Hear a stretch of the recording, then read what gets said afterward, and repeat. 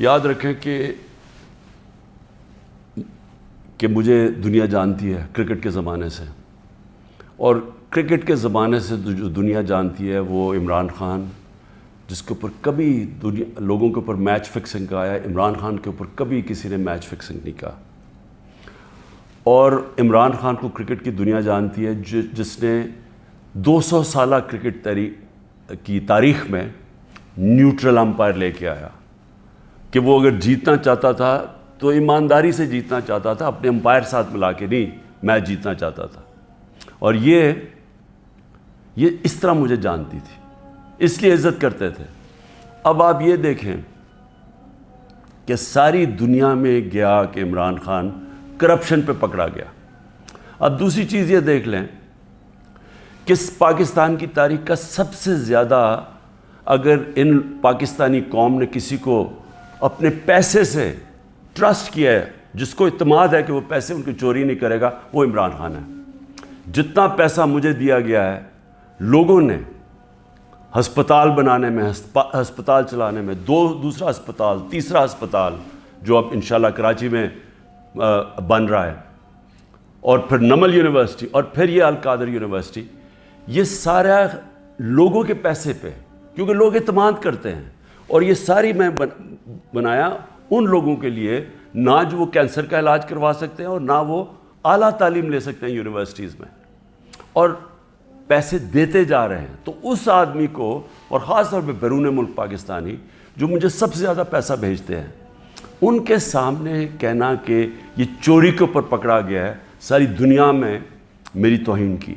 میں نے اس لیے نیب چیئرمین کے اوپر ہرجانہ کیا ہوا ہے. اور اب جو میرا کیس ہے وہ اور مضبوط ہوا ہے. اور وہ مضبوط کیسے ہوا، یہ ذرا میں اب آپ کو بتاتا ہوں کہ اللہ کی طرف سے وہ الحق ہے، اس کا وعدہ ہے کہ سچ سامنے آنا ہے. 21 اپریل 2020 آج سے 3 سال پہلے، 2 سال پہلے، سوری، آج سے 3 سال پہلے، آج سے 3 سال پہلے ایگزیکٹو بورڈ نیب کی میٹنگ ہوتی ہے، اور اس کے منٹس اب میرے پاس ہیں. 342 جو ایگزیکٹو بورڈ کی میٹنگ تھی، اس کا منٹس میرے سامنے ہیں. اب منٹس کے اندر کیا چیز آتی ہے سامنے؟ پہلے تو بتاؤں اس بورڈ میٹنگ میں بیٹھا کون تھا؟ چیئرمین نیب، ڈی جی آپریشنز کون تھا؟ ظاہر شاہ اس وقت ڈپٹی چیئرمین نیب ہیں. اس وقت پروسیکیوٹر جنرل بیٹھے ہوئے تھے، وہ ابھی بھی پروسیکیوٹر جنرل ہے. اور ایک اور ڈی جی، ایک اور بیٹھے تھے عرفان منگی، اور ایک اور حسین، اس وقت کے ڈپٹی چیئرمین بیٹھے ہوئے تھے. یہ ہائی پاورڈ میٹنگ کے اندر کیا فیصلہ ہوتا ہے؟ یہ فیصلہ ہوتا ہے کہ جناب ملک ریاض کی، اور علی ریاض کا وہ کیس تھا، جو ان کا بیٹا ملک ریاض کا، اس کے اوپر فیصلہ کیا جاتا ہے کہ یہ جو ہم انکوائری کر رہے ہیں، اور کس چیز پہ انکوائری کر رہے ہیں تب؟ یہی جو ملک ریاض کا جو ڈیل ہوئی تھی NCA کے ساتھ، یہ جو پیسہ آیا تھا، جو انہوں نے کہا کہ میں نے، کیونکہ القادر اس نے ملک ریاض نے سپانسر کی تھی، اس لیے میں نے اس کو فائدہ کروایا تھا. اب یہ سوچ لیں کہ 3 سال پہلے نیب کے اندر یہ انکوائری شروع ہوئی، اور ان کو پتا تھا، کیونکہ میں آپ کو بتا دوں کہ جو ڈپٹی چیئرمین وہاں بیٹھے ہوئے تھے میٹنگ پہ، پروسیکیوٹر بیٹھے ہوئے تھے، اس کا مطلب نیب چیئرمین کو پتا تھا. اور اسی لیے جب انہوں نے زور لگایا، آفتاب سلطان جو پہلے نیب کے چیئرمین تھے، انہوں نے اس کے اوپر ایکشن نہیں لیا، کیونکہ انہیں پتا تھا کہ یہ انکوائری ہو کے بند ہو چکی ہے. اور یہ انکوائری تھی، نیب ڈائریکٹلی انگلینڈ کے NCA سے رابطے میں تھے، اور انہوں نے NCA نے جو ان کے ساتھ جو ساری جو انڈرسٹینڈنگ ہوئی، وہ یہ منٹس کے اندر ہے. اس پہ کیا چیز کہی گئی ہے یہ بھی سمجھیں. اس منٹس پہ یہ لکھا جاتا ہے کہ یہ اگر جو پیسہ ہمیں صرف ایک چیز، باقی تو کیش انہوں نے کہا آ جائے گا، جو ایک چیز ہے وہ ون ہائٹ پارک جو ملک ریاض یا علی ریاض نے خریدا تھا نواز شریف کے بیٹے حسن شریف سے 50 ملین پاؤنڈ کا، تقریباً 18 ارب روپیہ، 18 ارب روپے کی پراپرٹی خریدی ہے نواز شریف کے بیٹے سے. اور میں پھر سے کہتا ہوں کہ وہ باہر اس لیے بھاگا، جب دونوں بیٹے باہر بھاگے کہ جی ہم تو پاکستان کے شہری نہیں ہیں. جب نیب نے ان سے یہ سوال پوچھا دونوں باہر بھاگ گئے. اور بھی جو ان کی پراپرٹیز ہیں کہتے جی ہم جواب دہی نہیں ہیں. اور یہ سن لیں کہ وہ صرف اس پہ یہ منٹس میں ہے کہ جب علی ریاض وہ پراپرٹی بیچے گا جو اس نے حسن شریف سے خریدی تھی، اس کے بعد اگر تو وہ پیسہ نہ آیا تو پھر نیب بھی ایکشن لے گی اور پھر NCA بھی انگلینڈ ایکشن لے گی. اگر وہ پراپرٹی بیچ دیتا ہے تو یہ انکوائری بند ہو گئی، انکوائری کلوز ہو گئی تھی. تو میں نیب چیئرمین سے اب سوال پوچھتا ہوں کہ آپ کو اس چیز کا پتہ ہوگا، کیونکہ یہ چیز کوشش کی گئی، یہ جو چوروں کا ٹولہ اوپر بیٹھا ہوا ہے کہ کسی طرح عمران خان کو پکڑ لو، تو آفتاب سلطان تو نہیں مانا ہوگا اس چیز پہ، کیونکہ اس کو پتہ ہوگا کہ یہ سارا یہ فراڈ ہے، یہ یعنی یہ کیس میرے اوپر جو کر رہے ہیں اس کی بنیاد ہی کوئی نہیں ہے. اور یہ آپ سن لیں کہ مجھے اس چیز کا نہیں پتہ تھا. اب اگر یہ کوئی سوچے گا نا جی کہ عمران خان نے یہ بند کروائی ہے، تو مجھے اگر پتہ ہوتا تو میں جب نیب کی انکوائری کر رہا تھا میں تو تب ان کو بتاتا. مجھے تو آج یہ ملی ہے چیز. اگر یہ کہہ رہے ہیں نا کہ پرائم منسٹر نے بند کرائی ہے تو میں تو پہلے جا کے نیب جب انہوں نے 3 گھنٹے مجھے بٹھایا نیب میں، میرے سے اس کے اوپر انکوائری کی کہ جی آپ کو پتہ تھا، آپ نے کچھ کیا ہے یا آپ نے وہ، یعنی خیراتی یونیورسٹی بنانے کے لیے میں نے اس کا فائدہ کروایا ہے ملک ریاض کا. اور یہ بھی پتہ تھا جب یہ NCA سے بات کر رہی تھی نیب، تو ان کو پتہ تھا کہ سپریم کورٹ کے اکاؤنٹ میں پیسہ آنا ہے. ان کو یہ بھی پتہ، کیونکہ ارینجمنٹ یہ تھی، تو ان کو تب بھی پتہ تھا. یعنی جب آج سے 3 سال پہلے انکوائری تھی تو یہ نہیں تھا کہ ان کو نہیں پتہ سپریم کورٹ میں پیسہ آنا ہے، یعنی گورنمنٹ آف پاکستان میں جو اب آپ کہہ رہے ہیں. اور سب سے بڑی بات یہ ہے کہ کیوں نہیں ہے گورنمنٹ، اگر اب تو پیسہ پاکستان آ گیا. ہمارے سامنے تو یہ تھا کہ جناب اگر آپ نے یہ ان کی اگریمنٹ جو NCA کی اور ریاض فیملی کی اگریمنٹ تھی، اگر آپ نے اس کو نہ مانا تو پھر آپ کو کیس کرنا پڑے گا لندن میں کہ کیا یہ پیسہ جو رکا ہوا ہے 190 ملین پاؤنڈ یہ واقعی منی لانڈرنگ کا ہے. یہ آپ کو ثابت کرنا پڑے گا. اس میں 5-6 سال لگنے تھے. تو اب تو پیسہ آ چکا ہے پاکستان میں. تو میں گورنمنٹ سے پوچھتا ہوں کیا چیز آپ کو روک رہی ہے؟ آپ کیس کر دیں، جا کے کہیں کہ جی اب تو پاکستان، آپ کہیں جی ہم جا کے ثابت کریں گے منی لانڈرنگ کا پیسہ ہے. کیوں نہیں ثابت کرتے؟ آپ نے کیوں نہیں کوشش کی؟ ہمیں بتایا گیا تھا کہ اگر آپ یہ ثابت نہ کر سکے 5-6 سال کے بعد کہ یہ پیسہ منی لانڈرنگ کا ہے تو یہ پیسہ وہیں انگلینڈ رہ جائے گا. اس لیے ساری کیبنٹ نے مان لیا کہ ہاں جی پیسہ تو پاکستان لے کے آؤ نا، اور ہوگا تو سپریم کورٹ میں، پاکستان کے اندر ہی پیسہ آیا نا. تو میں آج نیب چیئرمین سے خاص طور پہ یہ پوچھنا چاہتا ہوں کہ سارے تو کیسز آپ بند کرتے جا رہے ہیں. شہباز شریف کا اور بیٹوں کا $7 ملین کا جو TT کیس ہے منی لانڈرنگ کا، اوپن اینڈ شٹ کیس، وہ تو آپ نے بند کر دیا.